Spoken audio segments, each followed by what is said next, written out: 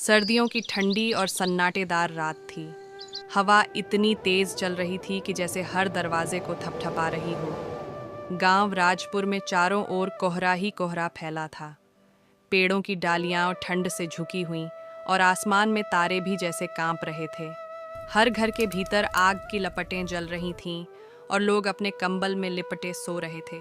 लेकिन गांव के बीच में पुराने बरगद के नीचे एक जगह थी जो हर रात गर्म और रोशन रहती थी, गांव की चौपाल। चौपाल की रात उस रात चौपाल पर 5 लोग बैठे थे, हाथों में चाय के कुल्हड़ और बीच में सुलगती हुई अंगीठी। 1 रामू कुम्हार, मिट्टी के बर्तन बनाने वाला सीधा सादा आदमी। 2 नथुआ मिस्त्री, थोड़ा गुस्सैल पर दिल से नेक। 3 गुरुदेव पंडित, उम्र दराज, शांत और समझदार। 4 किशन व चरवाहा, सबसे छोटा लेकिन बातों में तेज। 5 और भोलन मास्टर, गांव के टीचर जो सबको सोचने पर मजबूर कर देते थे। आग की लपटें उठ रही थीं और उनके चारों ओर कहानियां घूम रही थीं। मास्टर जी बोले, अरे भाई, ये सर्दियां भी अजीब है।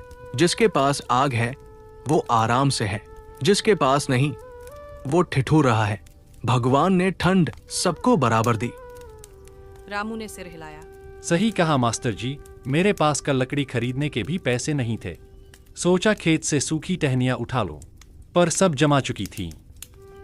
किशनवा हंसते हुए बोला, अरे रामू काका, जब आग नहीं हो तो भेड़ों के साथ सो जाओ, उनसे अच्छी रजाई कोई नहीं। सब हंस पड़े। अचानक चौपाल पर दस्तक। ठीक उसी वक्त चौपाल के बाहर किसी ने धीरे से ठक ठक की आवाज की। सभी चौंक गए। गांव के सन्नाटे में इतनी रात को कौन हो सकता है? नथुआ उठा और बोला, कौन है बाहर? इतनी ठंडी में कौन घूम रहा है? एक कमजोर सी आवाज आई। मैं राह भटक गया हूँ बेटा, थोड़ी आग के पास बैठ जाओ। आवाज कांप रही थी। मास्टर जी ने तुरंत कहा, अरे नथुआ, सर्दी में किसी को यूं बाहर मत रखो, उसे इधर लेके आओ। अंदर आया एक बूढ़ा आदमी जिसके कपड़े पुराने और फटे हुए थे। चेहरा ठंड से नीला पड़ा था और हाथ कांप रहे थे। रामू ने उसे तुरंत अपनी जगह दी। बैठो बाबा, आग के पास बैठो, थोड़ा आराम मिलेगा। वो आदमी धीरे से बैठ गया, आग के पास हाथ फैलाए और उसकी आंखों से आंसू निकल पड़े। मास्टर जी ने पूछा, कहाँ से आ रहे हो बाबा? वो बोला, मैं पास के गांव भैरवपुर से निकला था, काम की तलाश में था। रास्ते में रात हो गई, ठंडी बढ़ गई। सोचा किसी पेड़ के नीचे रुक जाऊं, पर डर लगा कि कहीं मर न जाऊं। सन्नाटा छा गया। मास्टर जी ने कहा, देखो भाइयों, भगवान ने हमें इतना सब दिया है, पर फिर भी हम सोचते हैं कि हमारे पास कम है। और ये बाबा, जिनके पास कुछ नहीं।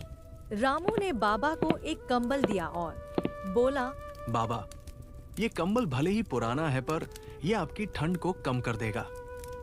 नथुआ ने भी अपनी जेब से बिस्कुट निकाले। लो बाबा, कुछ खा लो, ठंड कम लगेगी।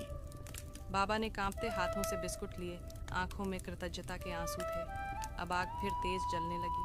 किशनवा बोला, मास्टर जी, क्या भगवान देखता है कि कौन किसकी मदद करता है? मास्टर जी मुस्कुराए।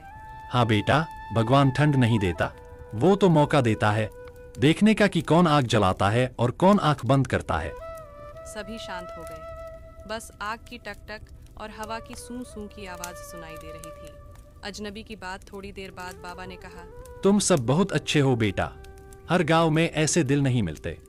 मैंने कई जगह मदद मांगी, पर सबने दरवाजा बंद कर लिया।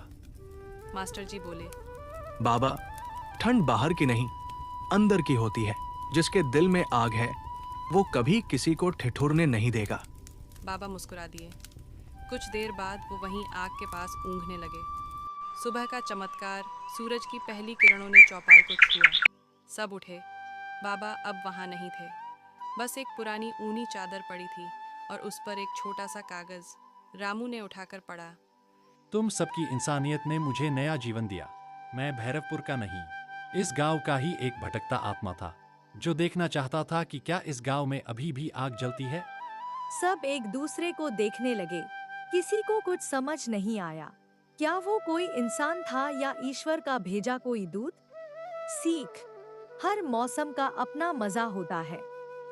अगर हम मुस्कुरा कर उसका स्वागत करें तो ठंडी भी गर्म लगती है। इसलिए कोई भी व्यक्ति जो ठंड से कांप रहा हो उसकी सहायता अवश्य करो।